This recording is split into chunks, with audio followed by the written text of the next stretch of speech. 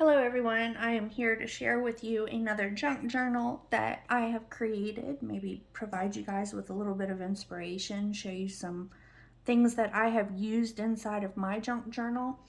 And as always, it is for sale on my Etsy shop. I'll link that below in case anyone is interested. So it is a relatively large junk journal. It's about 10 1/4 tall by 7 1/4 wide with a 2-inch spine. It is a dark themed junk journal, Gothic themed, Halloween themed. I will say I tried to lean away from the Halloween theme for people who just like a dark or a Gothic themed junk journal. That way it didn't have, October 31st or Happy Halloween and all those things inside of it, but it can be used as a Halloween journal as well. Yeah, so I've tied it off. This is your closure, and this just slides off, or you can untie it. And this locket does open, so you can put pictures in here, and it is a magnetic closure. Got a book plate here on the front with some book corners, and they're both on the front and the back. On the spine, I've used a thick textured cardstock. It kind of has the raised pieces of it has a velvet feel to it. And I've wrapped some lace here on the front and the back. So I'll open this up. So going inside, you can see I've used the same lace here on my spine, on the inside of my spine. And I've used the same paper that I used on the spine to create a nice big side pocket with some journaling cards from a digital kit that I have used. And I don't remember the name of this digital kit. I know it's off of an Etsy shop, so I will definitely link that down below in case this is something that you're interested in using as well. But yeah, this is the cover of our first signature. There are 2 signatures inside the book, and they're quite thick signatures, but we've got some lined paper on the back here and some tea-dyed paper. Now, these I have used the legal size folders, and I've just folded it in half and punched here, which creates a double pocket. You can see the other side of the pocket over here as well, where we can slide things in. And I've used some vintage songbook paper here, some black feathers, more lace, and a tarot card. Did some stamping back here in the background, but inside these, hopefully I'm still in frame, guys, we have these little mini journals. And I've attached some Tim Holtz dangles here. This one says Wicked and a spider. And I've wrapped a little bit of lace around the seam here. And this is a sewn together little booklet, but it's essentially a journal within a journal. And I punched here on these papers. Some lined tea-dye paper, and I just print this off on my laser printer, and then I tea-dye it and bake it, and the ink doesn't run or anything like that because laser printer ink just doesn't run. So that works out really great. And then this is coffee dyed, and I put a stencil over top of it, so it's very dark, it's very grungy, but you can definitely write on that or whatever, and anything will show up on there. But yeah, we have quite a few pages in these booklets just to add a little interest, and that slides right back in here. And on the back, I've created these little corner pockets with a strip of lace, and I've done some stamping here. And this is another journaling card from the digital kit.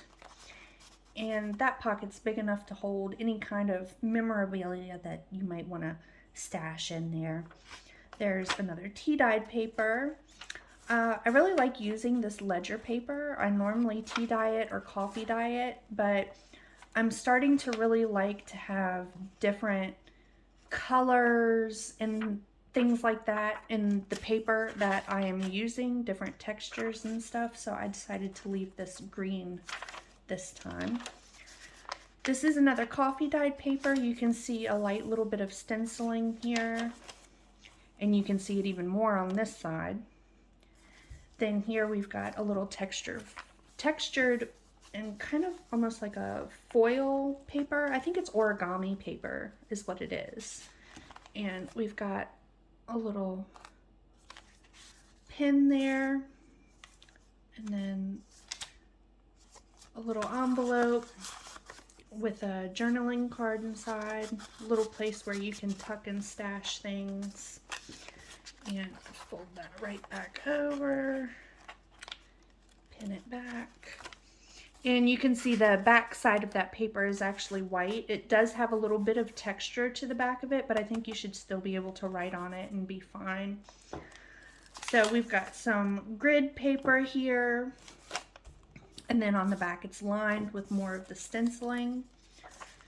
This is another sheet here from the journaling junk journaling kit. Sorry, I get a little tongue-tied sometimes. And we've got some lined paper on the back. This was coffee dyed, and I actually put it out in the sun to bake while the stencil was still on it, and you can see that the sun almost burnt the coffee into the paper, and I actually really like that. It just gives it a really grungy look to it.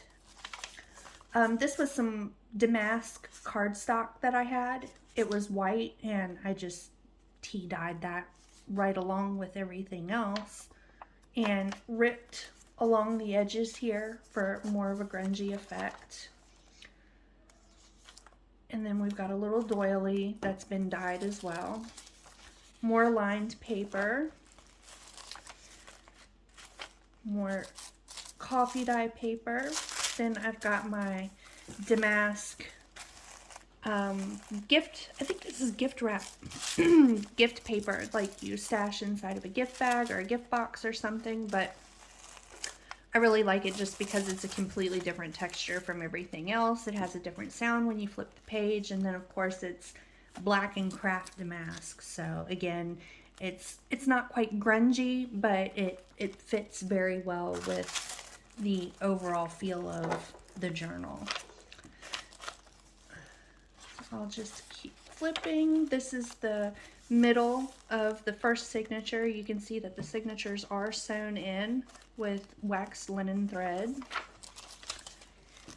And these are the backs of all the pages that we went through in the beginning. And you can see here again where the sun burnt that coffee into the paper, and it has that very light damask print where the stencil was there. It's very subtle here, and it's very just dark and grungy here, and I really like the texture that added. Okay, we'll keep turning, and then here we've got a few more cut aparts from the digitals, and like I said, I will get on Etsy and link this digital kit that I have used. Yeah, and this does have some Edgar Allan Poe images in it, which I love. Okay. So this is the back of that large manila folder, and you can see I have actually utilized the clasping mechanism rather than punching like the first one. And I've got another large cluster of burlap and lace, more of the vintage book pages. And you can actually open this up and stash things inside. And I've just stuck a tea-dyed index card in there, as well as another little cut apart from the digital collection. But this is, I mean, you can fit oodles of things in there, and it won't fall out because it's got this great clasp that you can just close it down with. And I left this part alone. It'd be another good place for journaling opportunity, or maybe putting a picture here or something like that. I did add some lace and a little vellum sticker. All right. And this is the center of the book, so we're going to be entering into the second signature.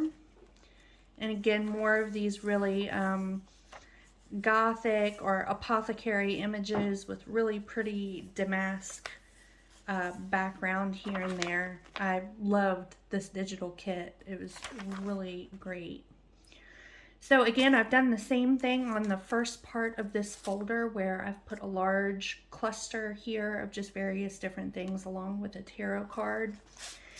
And we have another little mini journal within a journal. A couple more charms here. It says poison, and that's an owl.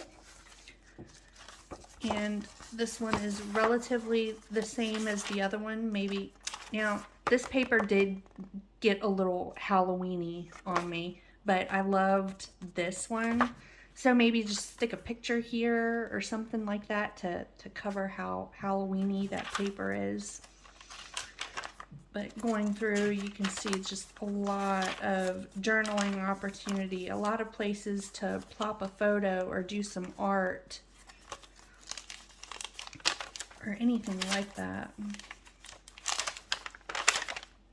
Lined papers, unlined papers, all different sorts of papers. So we'll stick that back in, make sure our charms are out. And I did put a little pocket here on the back of this with more cut-aparts from the digitals. Tea-dye paper, ledger paper. And this image came out great with the stencil. And all I do to do this is I put a piece of paper down, I put my stencil down, I have my coffee or tea dye in a squirt bottle, and I just squirt it. And then I lay them out in the backyard on a tarp on a really sunny day and just let them bake. And I do not remove the stencil until after the paper has dried. And you'll get some really pretty images with your stencils that way. So here we've got another paper, kind of like the purple one that was in the first signature. And this is just that textured small origami paper is, like I said, what I believe it is. But we've got a little, yeah, see, she got a little Halloween-y there too. But yeah, another little booklet there for journaling or pictures. This one was a really pretty sheet from the digital kit too. Oh, this one's my favorite. Yeah, I used a really big stencil on this one, and I mean, that image, the image of the stencil came out beautifully on this side. Now this side is quite a bit more antiqued looking, but this first side is gorgeous. I'm going to be doing quite a bit more of that when I go to dye my papers, especially now that we're getting into summer. I'm going to be laying all kinds of things out into the backyard to dry and just let them crisp up. It's so pretty. All right, I'm going to keep on going here. Now this is the center of the last signature.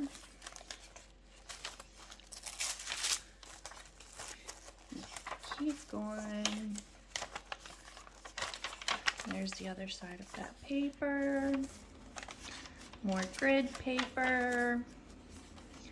There's the back side of this. A couple more cut aparts.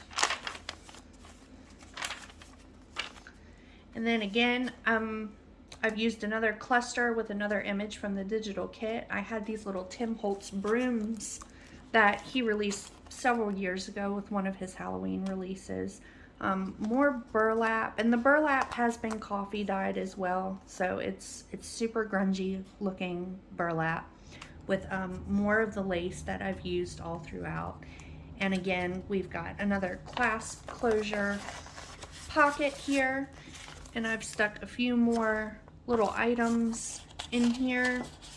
And again, huge storage opportunity there. It's the first time I've used these manila envelopes in my signatures, and I love it. Clear pockets. We have a double layer of clear pockets here. These clear pockets are actually made with the bakers use them to hold their cakes in when the cakes are made of like a mousse or something. So it's very thick, very good quality plastic there. And I've put all kinds of little cut aparts and things that were in the collection. And you can disperse these throughout the album or keep them here, whatever your heart's content. But yeah, I really like the clear pockets as well. That was really a fun change. Tried a lot of different things in this journal that I haven't really tried before. It's a large journaling card over here. But yeah, I hope you guys enjoyed the share. I hope any fellow crafters out there are able to get a little bit of inspiration. And if you're in the market for a junk journal and like this one, I will have the listing to my Etsy shop below. Thanks for watching, guys.